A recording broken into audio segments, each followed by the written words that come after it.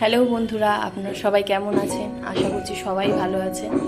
পাশে বিল্ডিংয়ে কাজ হচ্ছে, তাই একটু সাউন্ডে ডিস্টার্ব হচ্ছে। সকালে ঘুম থেকে উঠেই আগে বানিয়ে নিয়েছিলাম মোলার রুটি।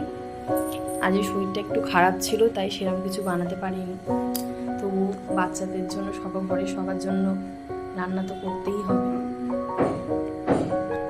তার মধ্যেই দেখুন, মোলার রুটি ভাজতে না ভাজতেই পাশে বাড়ি একটা ছোট্ট বাচ্চা এসে বলছে খালি খাবো খাবো খাবো খাবো, নতুন কথা শিখেছে তাই।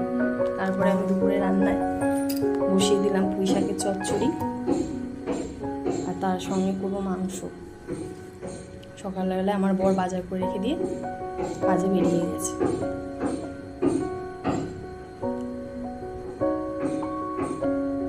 শরীরটা খুবই খারাপ লাগছিল, ইচ্ছা করছিল রান্না করতে, তবুও রান্না করছিলাম। আর তার মধ্যে একটু তরমুজ কেটে খেয়ে নিলাম। আর এটা আমার মেয়ে, দেখুন পাশে এসে তাহলে হি হি করছে। আমার পুঁই শাক রেডি, মাংস কষানো প্রায় হয়ে গেছে। তার মধ্যে দেখুন এদিকে আমার মেয়ে একটু আমার হেল্প করে দিচ্ছে।